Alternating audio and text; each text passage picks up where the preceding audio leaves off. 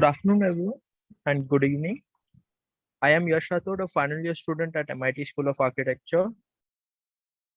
Uh, I would like to thank Professor Julio for giving this opportunity for presenting my topic, Habitat on Mars, under the guidance of architect Vishwa Bhalikar ma'am.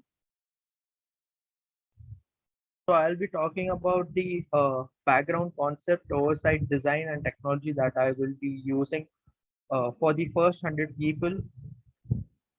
So the background journey after completing a series of workshops and winter schools and getting motivated by these news articles, I was confirmed to choose this topic as my thesis topic for my undergraduate bachelor's degree in architecture. So NASA and Elon Musk will be sending first 100 people, or Elon Musk would be sending 100 people to Mars to complete its first test flight by 2024, by 2027, and then there is gold mining in space, and companies from UK and asteroid mining would be one of the things.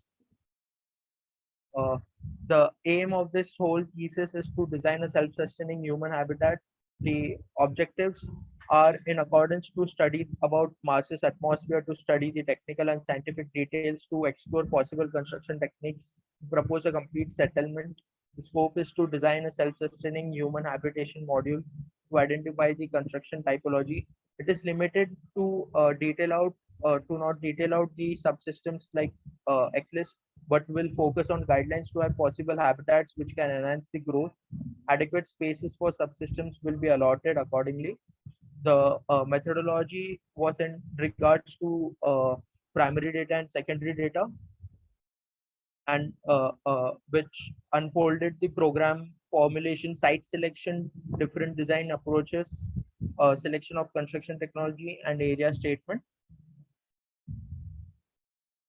Mars having a lot of uh, extreme environment in accordance to its temperature, in accordance to its pressure, in accordance to its radiation. So these were the points that uh, I had kept in mind uh, during the design. So one Martian year is 687 days, and the asteroid belt lies between Mars and Jupiter. So this could be Mars could be the best possible outpost for asteroid mining. So who are these first 100 people that I'm designing this research center for? So I had divided these facilities or into 8 facilities. There are 8 facilities, that is industry, science, research and development, greenhouse, power station, healthcare, engineering, launch, communication, sanitation. So I had made these bifurcations in accordance to the research papers. So there will be 30 people in the industry, 20 people for the science, greenhouse will have 15, power station will have 10, healthcare will have 5, engineering 10, launch and communication 5, and sanitation 5. The ratio would be 50% male and 50% female. Uh, uh, and then considering 20 to 25 robots of 10 with high intelligence and 15 of mid intelligence for multi-purpose work and for emergency cases. I'd also studied the plants of in accordance to how these uh, food production for greenhouses and the complete calorie intake. So these are the list of plants that would be that are possible and uh, would be grown in the greenhouse, and microbial life to enable the plants. So the calculations, so per day per consumption for food is 1.8 for 100 people. It is 180 kg for water required for farming hydroponics, 5 to 7 liters per day per person consumption, and 700 liters for 100 people per day. Water required for personal use, 150 liters per day. Energy consumption 58 kilowatts. oxygen, 550 liters of pure oxygen per day per uh, consumption. So the research center has a healthcare unit, launch, communication center, engineering center, research lab, habitat, recreational space, power station, greenhouse, sanitation, industrial area, landing area for rockets. So the inspiration, we see Mars as a cold, deserted, red planet, but there are spaces where it has beautiful sand dunes, blue sand dunes.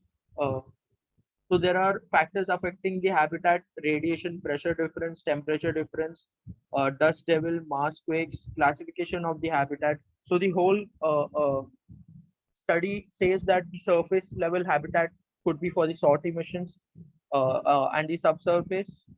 And for the permanent settlement, we have to undergo. So this could be the another possible way to search in for the lava tubes and have a settlement there. But we do not have much data in accordance to the site location for now. So I have chosen the site Elysium Planitia, which where the InSight rover had landed.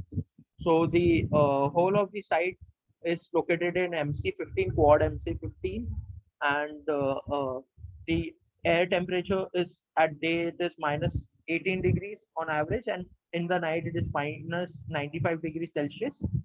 The wind speed is 8.6 meter per second, and the atmospheric pressure is 766.1 pascals. The top layer of Elysium Planitia is filled with fine Martian regolith, which is rich in iron oxide, which would be the our prime use regolith for the material that we are choosing for 3D printing the whole structure. Inner crust has volcanic basalt rocks, which can be used for manufacturing basalt reinforced steel. The sky of Mars near the sun appears blue, while the sky far away from the sun appears red. Uh, uh, so we have beautiful blue sunsets, and we can see the horizon pictures taken by InSight rover. So this is the video of the site. So I have pinned my site. So it comes out to 50 kilometers, and then 100 kilometers of the outer diameter, and then we have the whole of the uh, distance from the Elysium Mons. That is approximately 1200 kilometers from the site. So the material we would be using obtainable through ISRU. So and then basalt reinforced bars would be used. The life tech support Eclipse system, Moxie for oxygen, waiver system for it acts as a dehumidifier. So there is a particular time frame in Elysium Planitia around 9 to 11 p.m. where there is 100% humidity. So waiver can extract water, omniprocessor for treating the human waste, kilo nuclear power reactor and solar farm for energy. So the site zoning is done in accordance to the east to west, and the wind flows from east southeast to west northwest. The engineering facility and launch communication facility are clubbed together. Healthcare and labs are clubbed together. Sanitation and power station are uh, uh, zoned in the south.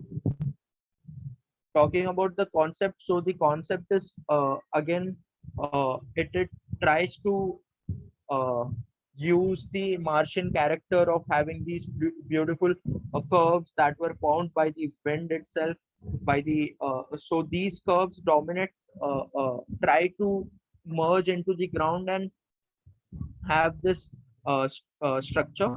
So we have in the front uh, is on the 01 is the greenhouse on the north. Then on the right hand side, we have the engineering facility and the launch communication facility. Below, we have the power station. I placed the habitats in the south for having maximum solar uh, uh, fall on it.